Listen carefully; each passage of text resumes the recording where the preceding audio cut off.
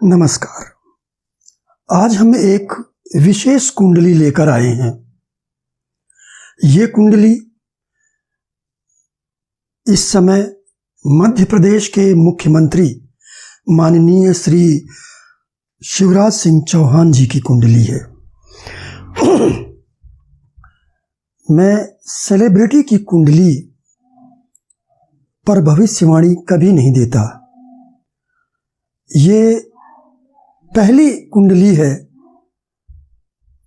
जिस पर मैं अपने विचार प्रकट कर रहा हूं। मैं कोई राजनीतिक व्यक्तित्व मेरा नहीं है, यहाँ तक कि मैं न्यूज़पेपर या टीवी भी नहीं देखता हूं, तो मेरा राजनीति से कोई लेना देना नहीं है।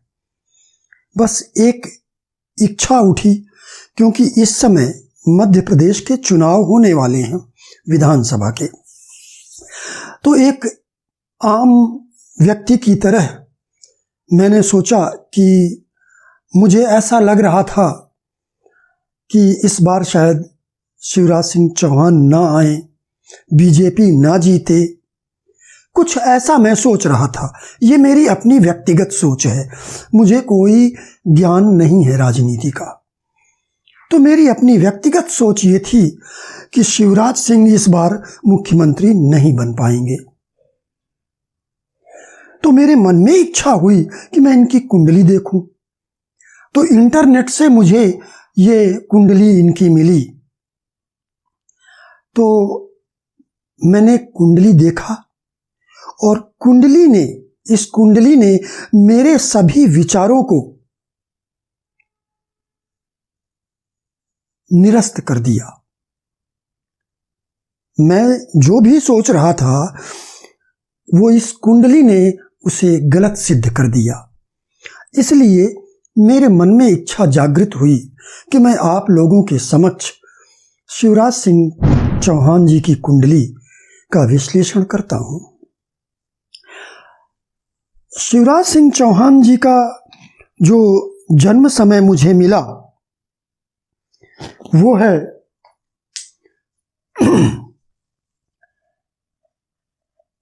5 मार्च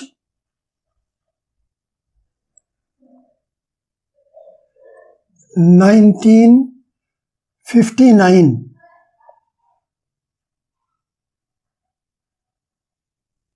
और जन्म समय है दोपहर के 12 बजे। ये ध्यान देने वाली बात है कि जन्म समय बिल्कुल राउंड फिगर में लिखा हुआ है। जन्म स्थान है सीहोर, एमपी।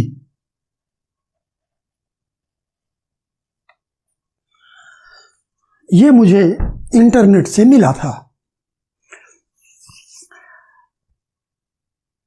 अब इस कुंडली में सबसे पहले, ये वीडियो बहुत लंबा ना हो जाए इसलिए मैं संक्षेप में ही बताऊंगा। यहाँ पर मैं ग्रहों के अंश, नक्षत्र, वर्ग कुंडलियां आदि का विश्लेषण प्रस्तुत नहीं करूंगा, केवल लग्न कुंडली से मैं बताऊंगा।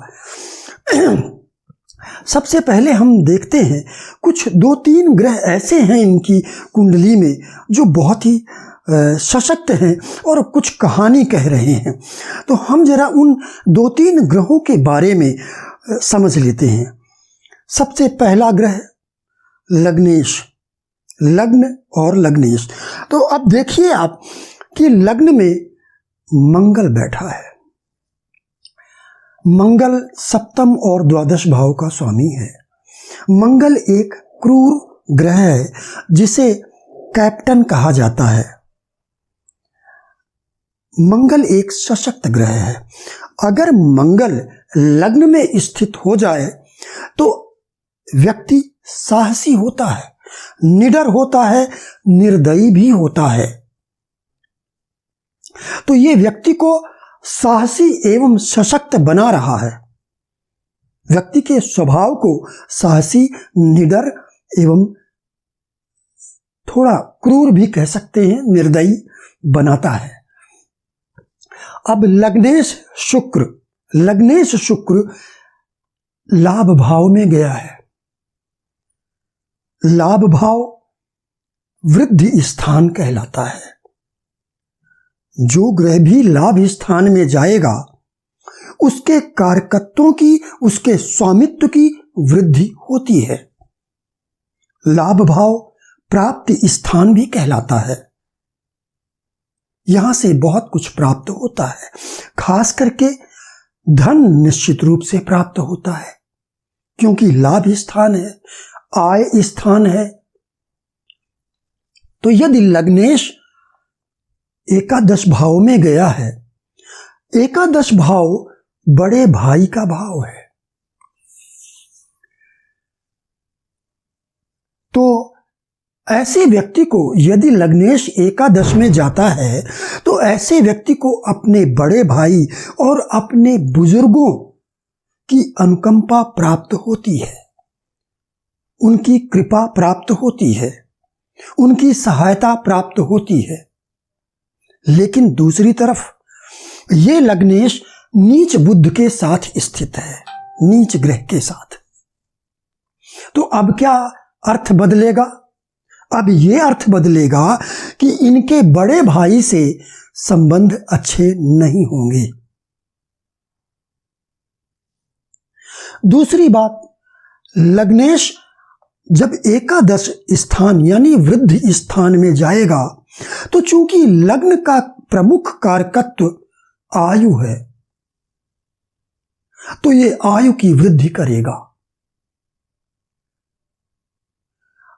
एकादश स्थान एक पापी एवं क्रूर भाव है, तो यदि यहां पर कोई क्रूर ग्रह स्थित होता है तो ये एकादश स्थान के लिए और संपूर्ण कुंडली के लिए एक अच्छा संकेत है,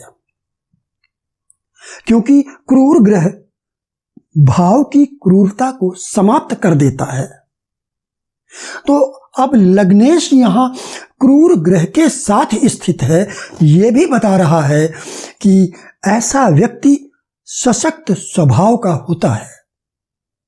और दूसरी बात, चूंकि यह लाभ ही स्थान है, तो जब लग्नेश लाभ भाव में जाएगा तो धन संपत्ति प्राप्त करेगा, लाभ प्राप्त करेगा, और उस पर यदि क्रूर ग्रह के साथ में है तो निश्चित रूप से वो मात्रा ज्यादा होगी, यानी बहुत ज्यादा लाभ प्राप्त करेगा।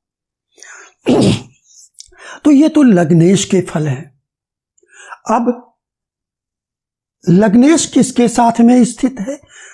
द्वितीय एवं पंचम भाव के स्वामी बुध के साथ स्थित है।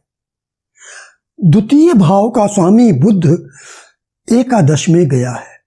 अब यहां पर देखिए, धन भाव, ये जो द्वितीय भाव है इसे धन भाव कहा जाता है। एक धन, और ये जो लाभ भाव है ये भी धन भाव है। तो यानी एक धन भाव का स्वामी दूसरे धन भाव में गया है। ये एक प्रबल धन योग कहलाता है। अब ये भी क्रूर ग्रह के साथ इसका स्थित होना यहां धन की प्रचुरता दर्शाता है। बहुत ज्यादा धन, बहुत पैसा। तो अब ये बुध जो द्वितीय भाव का स्वामी, द्वितीय भाव वाणी का भाव है, और वाणी भाव का स्वामी जब वृद्धि स्थान में जाएगा तो वाणी में वृद्धि यानी वक्तृत्व के गुण इस व्यक्ति में होंगे, और बुध तो वैसे भी वाणी का कारक है। तो ऐसे व्यक्ति में वक्तृत्व के गुण निश्चित रूप से पाए जाते हैं। यानी कि अब जब द्वितीय भाव वाणी भाव का स्वामी अपने से दशम भाव में गया है, देखिए यहां 1 2 3 4 5 6 7 8 9 10, दशम भाव क्या है? कर्म स्थान कहलाता है। तो जब वाणी भाव का स्वामी कर्म स्थान में जाएगा तो इसका क्या अर्थ है? इसका अर्थ यह है, वाणी के द्वारा धन की प्राप्ति, चूंकि ये धन का भाव है, लाभ का भाव है, तो इनका जो कर्म है वो वाणी के द्वारा निःसृत होगा। तो नेता लोग करते क्या है? बोलने से ही तो इनको पदवी और पैसा सब कुछ प्राप्त होता है। बोलते ही तो हैं, प्रवचन ही तो देते हैं, भाषण ही तो देते हैं। तो यहां पर यह बुद्ध भी यही दर्शा रहा है। अब शुक्र को फिर से लीजिए। शुक्र लग्नेश है, यानी इस कुंडली का सबसे शुभ ग्रह है। और बुद्ध क्या है? द्वितीय भाव का स्वामी है। तो लग्नेश और द्वितीयेश का एक साथ स्थित होना, और वह भी लाभ भाव में, प्रचुर धन, संपत्ति, ऐश्वर्य, चूंकि शुक्र ऐश्वर्य का कारक है। अब ऐश्वर्य में सारी चीजें आ जाती हैं। तो धन, संपत्ति, अचल संपत्ति, ऐश्वर्य, सुख, साधन, सब कुछ प्राप्त होगा, और इसलिए इनके पास में सब कुछ है। अब ये बुद्ध पंचम भाव का स्वामी भी है। पंचम भाव किन बातों के लिए जाना जाता है? पंचम भाव एक तो संतान के लिए जाना जाता है, दूसरा बुद्धि और विवेक के लिए जाना जाता है, तीसरा यह शिक्षा का भाव है, मंत्रित्व पद के लिए भी जाना जाता है। तो अब पंचमेश सप्तम एकादश में गया है, यानी अपने से सप्तम भाव में गया, और यहां बैठकर अपने भाव को दृष्ट कर रहा है। इसके दृष्ट करने से ये भाव बलवान हो रहा है, यानी पंचम भाव बलवान हो रहा है। और दूसरी बात, शुक्र एक नैसर्गिक शुभ ग्रह है, और इस कुंडली का भी शुभ ग्रह है लग्नेश होने के कारण। तो शुक्र की दृष्टि भी इस पर पड़ रही है। तो इस तरह से पंचम भाव बलवान हो रहा है इनका। तो अब जब पंचमेश बुद्ध लाभ भाव में जाएगा, वृद्धि स्थान में जाएगा, तो चूंकि ये संतान का भाव है, तो संतान से लाभ दर्शाता है। इनकी संतान श्रेष्ठ होगी। ये चूंकि बुद्धि और विवेक का भाव है, और इसका स्वामी बुद्ध स्वयं भी बुद्धि एवं विवेक का कारक ग्रह है, और वो लाभ स्थान में गया है। तो सीधी सी बात है कि इनके पास बुद्धि और विवेक बहुत ज्यादा है।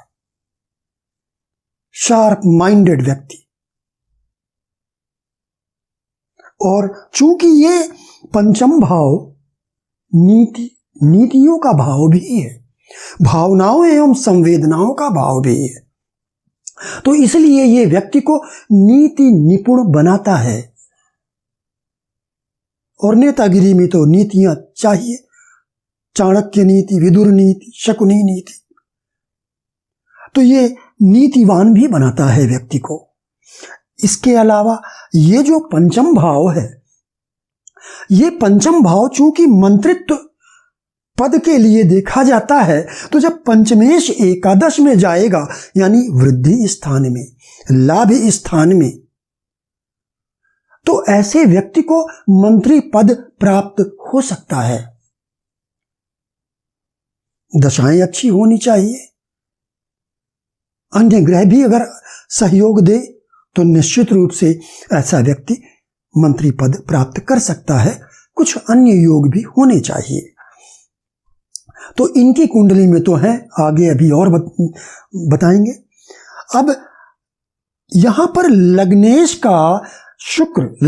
शुक्र का लाभ भाव में स्थित होना, धन भाव के स्वामी बुध का लाभ भाव में स्थित होना, पंचमेश का लाभ भाव में स्थित होना, यह भी दर्शाता है कि ऐसा व्यक्ति नौकरी नहीं करता है, यह व्यक्ति बिजनेस करता है। तो यहां पर यह नौकरी नहीं है, यह बिजनेस ही है एक तरह का। तो अब देखिए आप, पंचम भाव एक शुभ त्रिकोण भाव कहलाता है। तो शुभ त्रिकोण भाव का स्वामी बुध और लग्न जो केंद्र और त्रिकोण दोनों कहलाता है। तो केंद्र का स्वामी शुक्र और त्रिकोण का स्वामी बुध, ये दोनों मिलकर यहां राजयोग बना रहे हैं लाभ भाव में।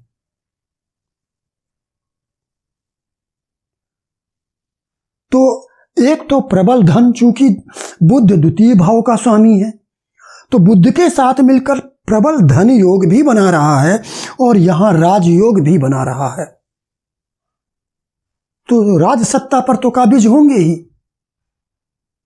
अब तीसरा ग्रह देखिए जो बहुत ही महत्वपूर्ण है, वो है सूर्य। सूर्य शासन का कारक है और दशम भाव राज्य का भाव है।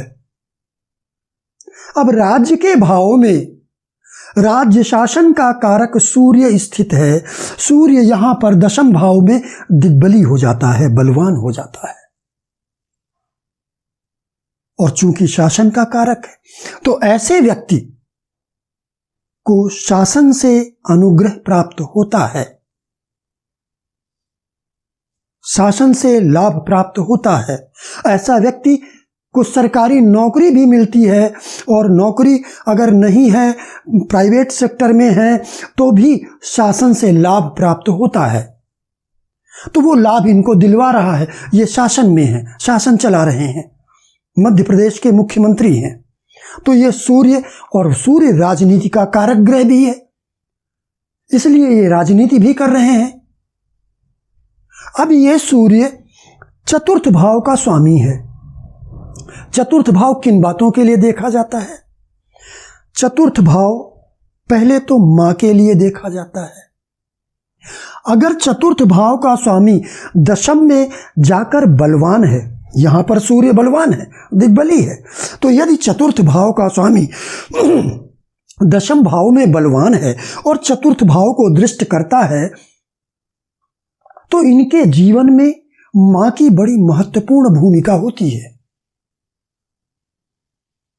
मंगल का लग्न में बैठना और चतुर्थ भाव पर दृष्टि डालना, मित्र राशि पर, और सूर्य का दशम में बैठकर चतुर्थ भाव को देखना, ये दोनों बातें ये दर्शाती हैं कि इनके मां से संबंध अच्छे हैं।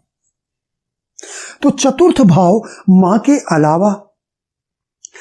के अलावा वाहन के लिए देखा जाता है, अचल संपत्ति के लिए देखा जाता है, भूमि, भवन, वाहन, नौकर, चाकर इत्यादि के लिए। अब जब चतुर्थ भाव, यहां पर देखिए चतुर्थ भाव पर केवल एक मित्र मंगल की दृष्टि है, अन्य किसी भी ग्रह की दृष्टि किसी भी बुरे ग्रह की दृष्टि चतुर्थ भाव पर नहीं है। चतुर्थेश की दृष्टि चतुर्थ भाव पर है, तो यहां चतुर्थ भाव भी बलवान हो रहा है, और चतुर्थेश स्वयं भी बलवान है, दिग्बली होकर स्थित है दशम भाव में, जो कुंडली का सबसे शुभतम केंद्र भाव है। तो जब चतुर्थेश की दृष्टि चतुर्थ पर पड़ेगी, तो जो चतुर्थ भाव के कारकत्व हैं, यानी माता, वाहन, सुख, वाहन, चल अचल संपत्ति, भूमि, भवन, नौकर, चाकर इत्यादि सभी का लाभ प्राप्त होगा। तो एक तो यहां पर लग्नेश का एकादश में जाना इन्हें धनी बनाता है। दूसरा, धन भाव के स्वामी के साथ प्रबल धन योग बनाना इन्हें प्रचुर धन वाला बनाता है। इसके अलावा पंचमेश और लग्नेश का राजयोग भी इन्हें धनी बनाता है। चतुर्थेश का दशम में बैठकर चतुर्थ को देखना भी धनी बनाता है। तो इनके पास में धन की कोई कमी नहीं है। सूर्य राजनीति का कारक ग्रह है, दशम स्थान में स्थित है बलवान होकर, और दशमेश शनि की दृष्टि भी दशम भाव पर है। शनि जनता का कारक ग्रह है, तो जनता के कारक ग्रह की दृष्टि दशम भाव पर है, जहां उसकी स्वयं की राशि है, और राजनीति का कारक ग्रह सूर्य स्थित है, और यही कारण है कि ये राजनीति में है। तो चलिए, मैंने अभी यहां 3-4 ग्रहों के बारे में आपको बताया। ये महत्वपूर्ण ग्रह हैं, इनकी कुंडली के जो इनके पूरे जीवन को दिशा दे रहे हैं। अब इस एक चीज छूट गई, ये जो 3 ग्रहों की तिकड़ी है, इस पर गुरु की शुभ दृष्टि भी पड़ रही है। तो शिवराज सिंह चौहान का जन्म 5 मार्च 1959 12 बजे दोपहर सीहोर में हुआ था। इस समय इनकी महादशा शनि की चल रही है। अब शनि को देखिए, महादशा शनि की है। शनि इनकी कुंडली का राजयोग कारक ग्रह है, क्योंकि एक साथ केंद्र और त्रिकोण का स्वामी बन गया है शनि। तो इसलिए शनि इस कुंडली में राजयोग कारक ग्रह बन गया है, और इसकी दृष्टि भी दशम भाव पर है, अपने भाव पर, अपनी राशि पर है। तो शनि की महादशा है। तो शनि किन बातों का फल देगा अपनी महादशा में? स्वाभाविक सी बात है कि जिन भावों का स्वामी है उनका फल देगा, जहां स्थित है उसका फल देगा, जहां उसकी दृष्टि है उनका फल करेगा। तो सबसे पहले इसकी चूंकि मूल त्रिकोण राशि दशम भाव में है, तो दशम भाव का फल करेगा, जो राज्य का भाव है। ये नवम भाव का स्वामी भी है। नवम भाव राज्य कृपा का भाव है, तो नवम भाव का फल करेगा, जिसे हम भाग्य भाव भी कहते हैं। अष्टम भाव में स्थित है। अष्टम भाव क्या है? अष्टम भाव कुंडली में एक बड़ा ही महत्वपूर्ण भाव माना जाता है। ये बहुत सारी बुरी बातों के लिए जाना जाता है, लेकिन कुछ बहुत ही अच्छी बातों के लिए भी जाना जाता है। जैसे वैज्ञानिक अगर बनना है तो अष्टम भाव बलवान होना चाहिए, और अष्टम का संबंध लग्न, लग्नेश, दशम, दशमेश से होना जरूरी है। इसी तरह से जो IAS, PCS आदि में जो उच्च स्तर की जो नौकरियां हैं, बिना अष्टम भाव के सहयोग के आदमी प्राप्त नहीं कर सकता है। ये बहुत ऊंचे स्तर पर ले जाता है अष्टम भाव। तो यहां दशमेश शनि, नवमेश शनि, राजयोग कारक शनि अष्टम भाव में स्थित है और अपने दशम भाव को दृष्ट कर रहा है। तो शनि की इस समय महादशा चल रही है। तो शनि तो अच्छा है, शनि की महादशा में चुनाव हो रहा है, तो शनि ठीक है। और इस समय गोचर में भी शनि कुंभ में है, अपनी ही राशि में है, तो शनि अच्छा है। अब अंतरदशा शुक्र की है। अंतरदशा शुक्र की। शुक्र क्या है बता चुके हैं आप, लग्नेश है, इस कुंडली का स्वामी है और उच्च राशि में स्थित है, लाभ भाव में स्थित है, पंचमेश के साथ राजयोग बनाने में संलग्न है। तो शुक्र भी यहां बहुत ही अच्छा है। लाभ भाव में, प्राप्ति स्थान में, वृद्धि स्थान में लग्नेश राजयोग बना रहा है उच्च राशि में अपने, तो निश्चित रूप से शुक्र बहुत अच्छा है। और शुक्र पर किसी भी ग्रह की क्रूर दृष्टि नहीं है। एक क्रूर ग्रह केतु जो बैठा है वो शुक्र की सहायता करने के लिए बैठा है, उसके संबंध में मैं बता चुका हूं आपको। तो शुक्र की अंतरदशा है, तो महादशा भी अच्छे ग्रह की है और अंतरदशा नाथ शुक्र भी बहुत अच्छा है। अब आगे चलते हैं। प्रत्यंतर दशा बुध की है। बुध क्या है? जो इस कुंडली में राजयोग बना रहा है लग्नेश के साथ, और वो भी लाभ स्थान में। मंत्रित्व पद के भाव पंचम का स्वामी है, और धन भाव, इसे सिंहासन का भाव भी कहा जाता है द्वितीय भाव को, तो सिंहासन के भाव का स्वामी है, मंत्रित्व पद के भाव का स्वामी है, और लग्नेश के साथ लाभ भाव में राजयोग बना रहा है। उसकी नीच राशि पर मत जाइएगा। नीच राशि का मतलब हमेशा बुरा नहीं होता है।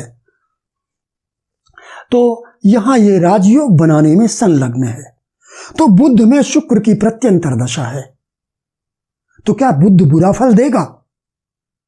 नहीं, यहां पर बुध बुरा फल नहीं देगा, अच्छा फल देगा, एक्सीलेंट। तो बुध की प्रत्यंतर दशा। अब मंगल की सूक्ष्म दशा।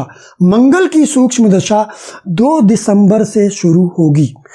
चुनाव हो चुके होंगे, 3 दिसंबर को चुनाव के परिणाम आएंगे, और 2 दिसंबर से मंगल की सूक्ष्म दशा शुरू होगी। सूक्ष्म दशा सामान्य तौर पर नहीं बताना चाहिए,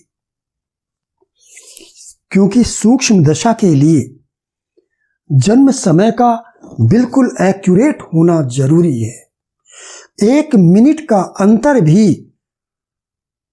दशाओं को गलत कर देगा।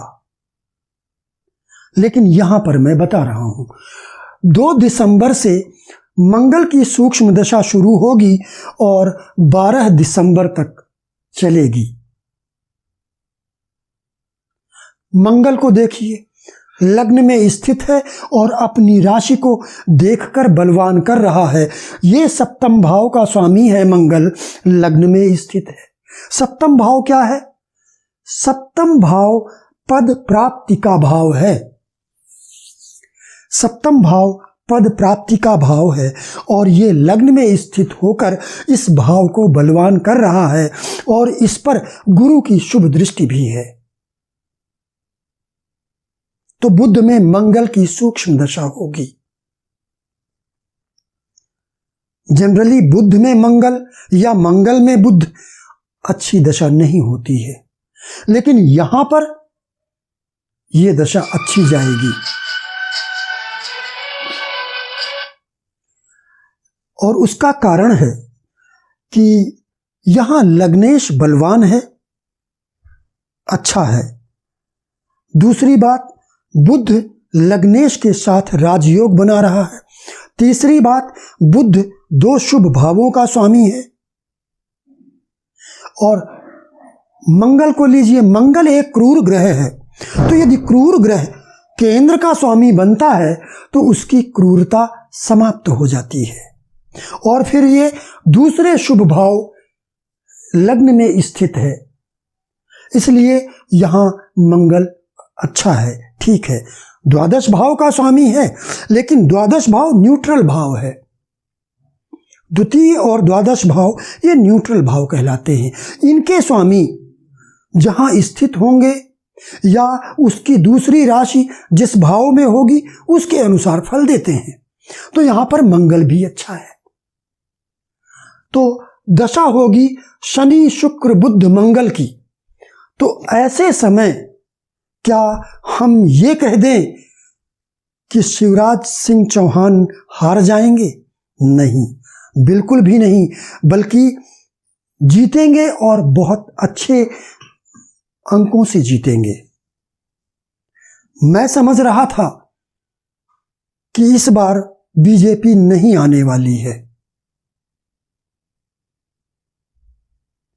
तो मेरी सोच को इस कुंडली ने गलत कर दिया, और यही कारण रहा कि ये कुंडली मैं आपके समक्ष लेकर आया। मैं सेलिब्रिटी की किसी की कुंडली नहीं देखता हूं कभी भी, मैं केवल आम पब्लिक की कुंडली देखता हूं। लेकिन मैं मजबूर हो गया ये कुंडली देने के लिए कि मुझे आश्चर्य है कि मैं समझ रहा था कि इस बार बीजेपी के लिए बहुत मुश्किल होगा, लेकिन यहां पर मैं देख रहा हूं कि मामला उल्टा है। बीजेपी आ रही है। शिवराज सिंह चौहान का आना, जीतना बीजेपी स्वाभाविक है कि आ रही है। मैंने कमलनाथ की कुंडली भी देखी, मुझे निराशा मिली। तो इस तरह से ये मेरा राजनीति से कोई लेना देना नहीं है, किसी पार्टी से कोई लेना देना नहीं है। मैं केवल एक ज्योतिषी के तौर पर ये मैं विश्लेषण मैंने किया है यहाँ। तो मुझे उम्मीद है कि जो ज्योतिष सीख रहे हैं लोग, उन्हें यहाँ बहुत कुछ प्राप्त हुआ होगा। यहाँ मैंने जहाँ तक मुझसे हो सका बड़े अच्छे ढंग से समझाने का प्रयास किया है। तो आज के लिए बस इतना ही। नमस्कार।